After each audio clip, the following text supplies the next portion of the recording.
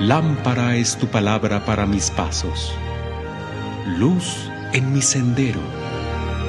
Comienza tu día meditando el Evangelio de la vida con el Padre Ricardo López Díaz.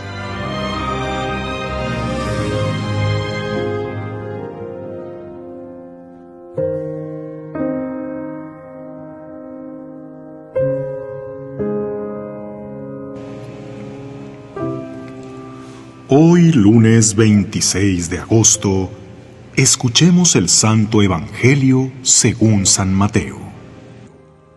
En aquel tiempo Jesús dijo a los escribas y fariseos: «Ay de ustedes, escribas y fariseos hipócritas, porque les cierran a los hombres el reino de los cielos. Ni entran ustedes, ni dejan pasar a los que quieran entrar. Ay de ustedes, escribas y fariseos hipócritas, que recorren mar y tierra para ganar un adepto, y cuando lo consiguen, lo hacen todavía más digno de condenación que ustedes mismos. Ay de ustedes, guías ciegos, que enseñan que jurar por el templo no obliga, pero que jurar por el oro del templo sí obliga. Insensatos y ciegos, ¿qué es más importante, el oro o el templo que santifica al oro? También enseñan ustedes que jurar por el altar no obliga, que jurar por la ofrenda que está sobre él sí obliga. ¡Ciegos! ¿Qué es más importante, la ofrenda o el altar que santifica a la ofrenda?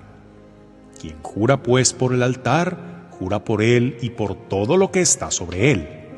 Quien jura por el templo, jura por él y por aquel que lo habita. Y quien jura por el cielo, jura por el trono de Dios y por aquel que está sentado en él». Palabra del Señor.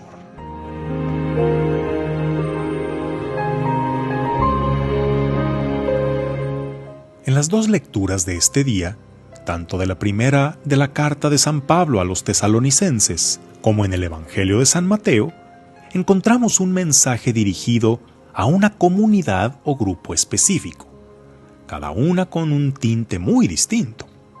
San Pablo se dirige a la iglesia de Tesalónica felicitándolos y exhortándolos, mientras que Jesús se dirige indignado a los escribas y fariseos, reprendiéndolos y echando en cara su hipocresía.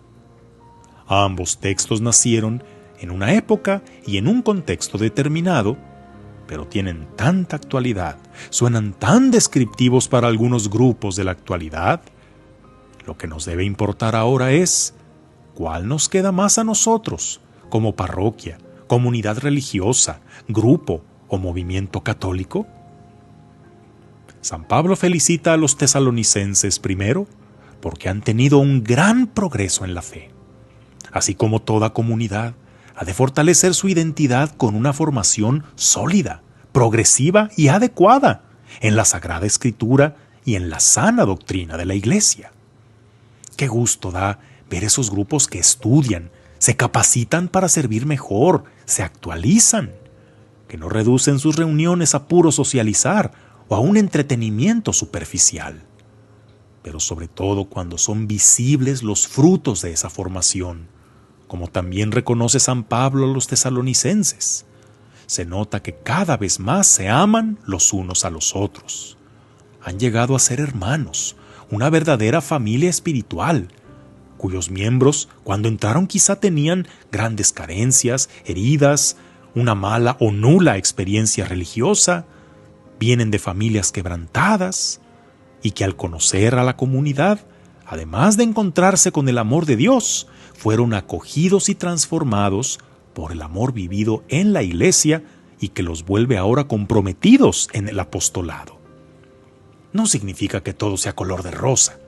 San Pablo se está dirigiendo a una comunidad que está sufriendo diversas tribulaciones, pero la prueba de su fe es que las están sobrellevando con perseverancia y paciencia, volviéndose así cada vez más dignos de la vocación a la que han sido llamados.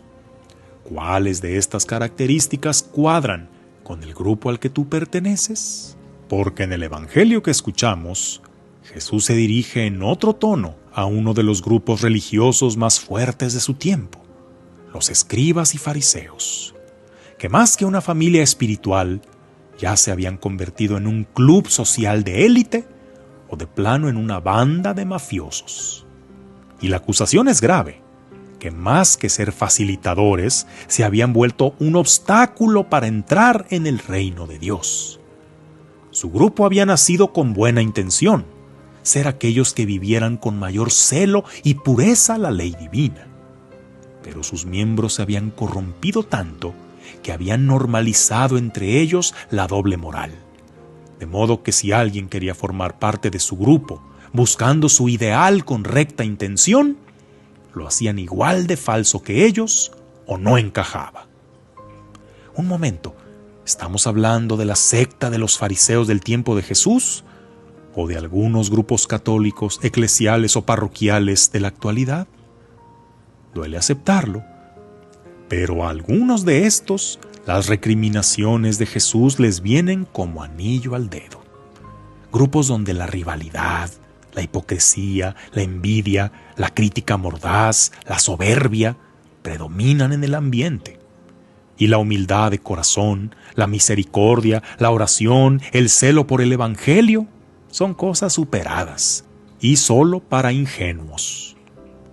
Aunque conserven su fachada de cristianos, en el fondo viven peor que si fueran ateos. Y por gente así, tantos juzgan a la iglesia entera, se alejan o se arrepienten en su intención de acercarse.